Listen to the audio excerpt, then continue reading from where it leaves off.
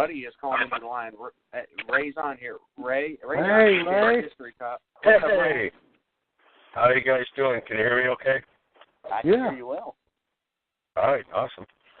Ray, I told Blake before you got on, I was like, I hope Ray's drinking tonight. Just, I know one night you do this Memorial Day. I am.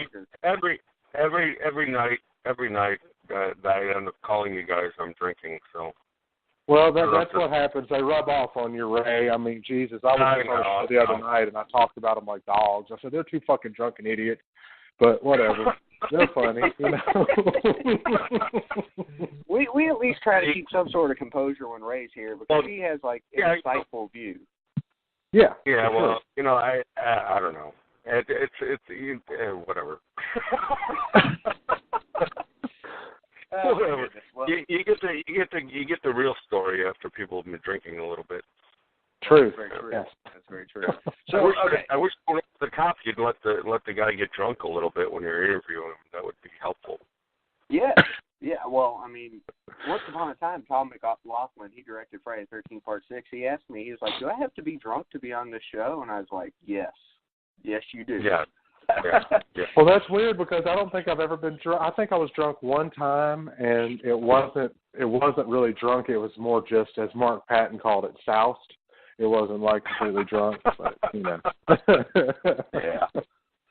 Well, the Whitechapel in Chicago said that they didn't allow drunks as members, but it was required to be intoxicated. Well, how strange is it that this is a show where we're drunk doing real life horror, and yet we're talking about prohibition. I mean, it's just kind of an interesting. Right. It's kind of ironic. Yeah, it is kind of ironic, isn't it? Well, yeah, it is. Yeah. Okay, so one of the things that we talked about before you came on the line, and Vic and I agreed, and Blake and I agreed, is that when you talk about the mob, most people think of the Irish Mafia. I mean, hell, what we talked about last time, we talked about Chicago mob. We talked about, Al Capone, the St. Valentine's Day Massacre. And so, like, when people think of the mob, they think Irish, but they forget about Irish. They think Italian, so you have to drink it.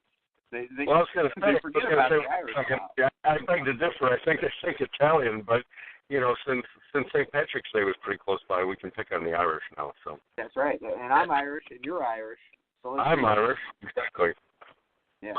So I figured, it would be the perfect month to do it, and it's the perfect prequel because Dean O'Banion, he's only been portrayed in movies just a few times, but I feel like his death is kind of, I don't know, I don't want to use the term iconic, but it really is. It's legendary what happened to him. Well, I think Dean O'Banion became legendary mainly because of the Thompson machine gun. I mean, obviously he was involved in a lot of, North Side gang activity. But he was making a name for himself before Capone was. I mean, Capone had gotten to Chicago, and I think probably around 1922, I think, is when Capone, under his alias Al Brown, had actually made it to Chicago. He was working for Johnny Torrio, who was out in New York. So they were making inroads into Chicago, but Dean O'Banion was already pretty well established by the time Capone even got to Chicago. So. Yeah, and basically at the same time that O'Banion was, so when he was boss of the North Side, was it Torrio that was with the South Side at the time?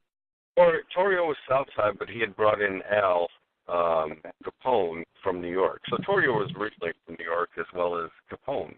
And so Torrio was he was part of the, I believe it was called the Five Star Gang out in New York, but then Torrio was making inroads into Chicago, and he brought his go-to guy, Al, in. And, Al was making inroads and, into the Cicero, political realm and whatnot.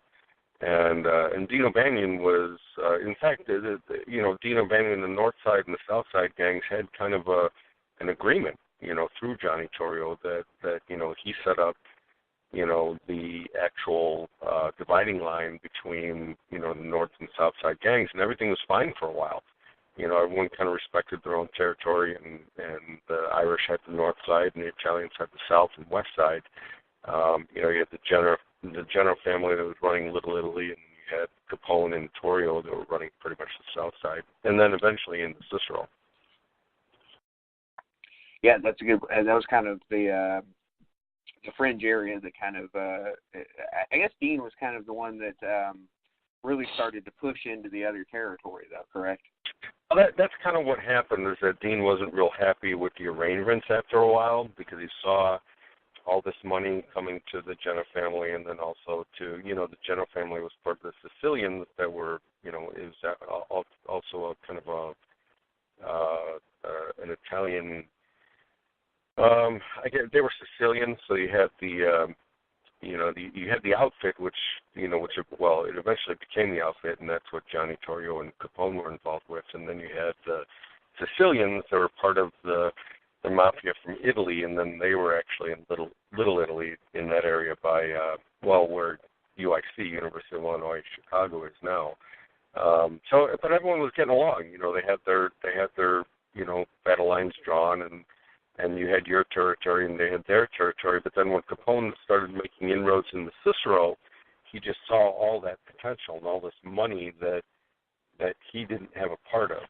So he was kind of jealous about all this money coming in and decided, hey, we need to rethink this whole arrangement, and that's when things started going south. So, unless I'm wrong, O'Banion was the founder and leader of the North Side Gang, and this all started because of Prohibition, correct? I mean, we talked about Prohibition before, but let's kind of retrace our steps here. The bootlegging obviously didn't start until Prohibition, but they were involved in criminal enterprise, before Prohibition.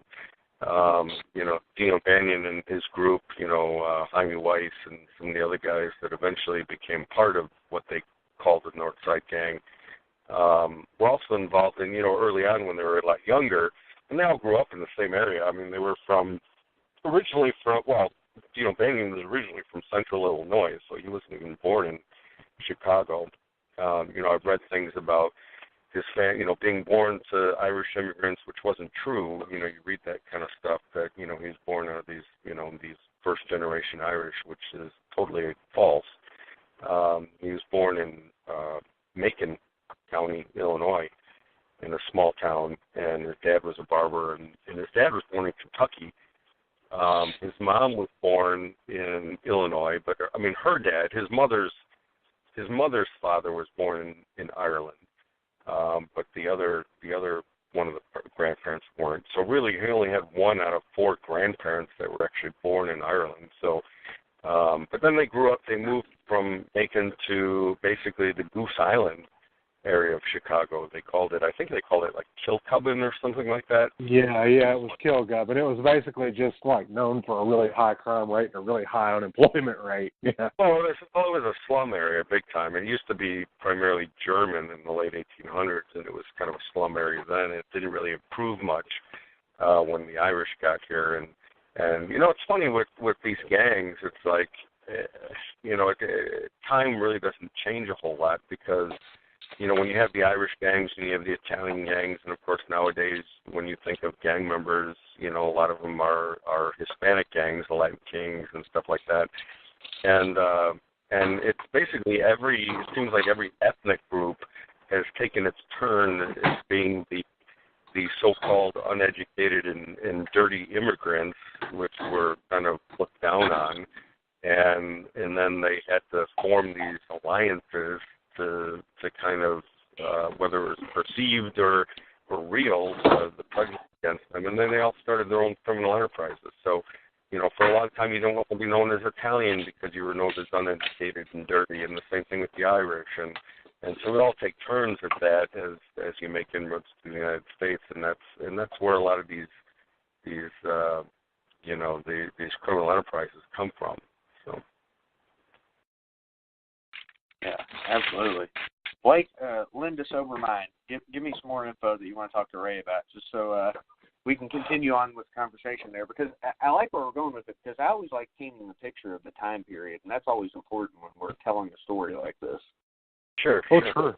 Yeah. I mean, and Ray is right. There are a lot of misconceptions about Dean O'Banion. I think the reason they were they were revealed that way and told that way was because it added an element of mystique to the legend of, you know, Dean O'Banion, which, I mean, it really didn't necessarily need that. But, again, you know, there were parts of his life, like the fact that he went in partners, you know, at a flower shop and, you know, always told his wife where he was going, always brought her home a thing of flowers. And he was always this, well, by all accounts, a stand-up guy to a lot of people. But, I mean, I think that his reputation stood on its own, and I like to think that he is the reason, basically, that the St. Valentine's Day massacre kind of, you know, happened. He was his death was one of the reasons that whole thing went out of control because, you know, he grew up friends with Jaime Weiss and Bugs Moran, and, you know, and Weiss ended up getting, you know, gunned down, and then, you know, they almost killed Moran. That's who they were after when the whole thing happened on St. Valentine's Day that year. But you know what? I noticed something that was funny to me because I am that type of person, I guess, with my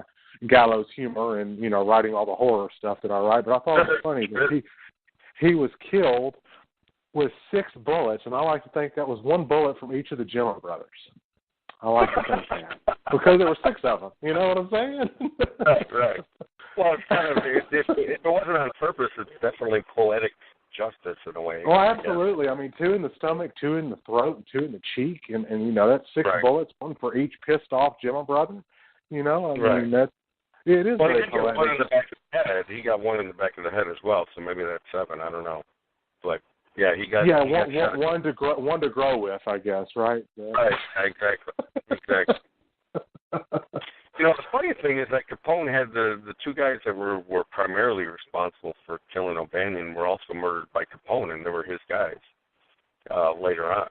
So both of the hitmen that killed O'Banion, which obviously were Capone guys, were killed by Capone following the St. Valentine's Day massacre. So. Well, it's just weird. You know, it's something I've come to expect in reading about things like Capone and reading about Lucky Luciano and Siegel and all these other guys. It's like, you can go to dinner or go to breakfast best friends with somebody, but by dinner you're going to fucking kill them. I mean, that's what it is. You know, I've come to, that's par for the course, I guess. So it was just interesting to see it from the Irish standpoint because as Travis and Vic and I had talked about earlier, you know, I like to read a lot about Vincent Mangano and Albert Anastasia and all these others, but people forget about O'Banion and forget that the Canadians and the Irish were involved in the mob pretty heavy too. You know? So this is an important. Dean O'Banion was very important. And, sure he was.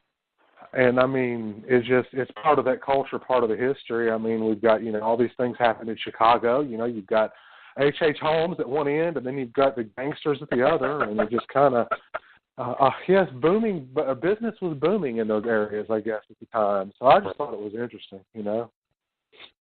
Well, O'Banion was a baby when Holmes was operating, so O'Banion was a year-old. True, but I mean, it's amazing to think about how you know far removed and really how not so far removed they are from each other. I mean, one did his killing in a big fancy house with, you know, closets that went nowhere, and the other one would just take your truck and shoot your ass right out there in public. Right. You know, kind of.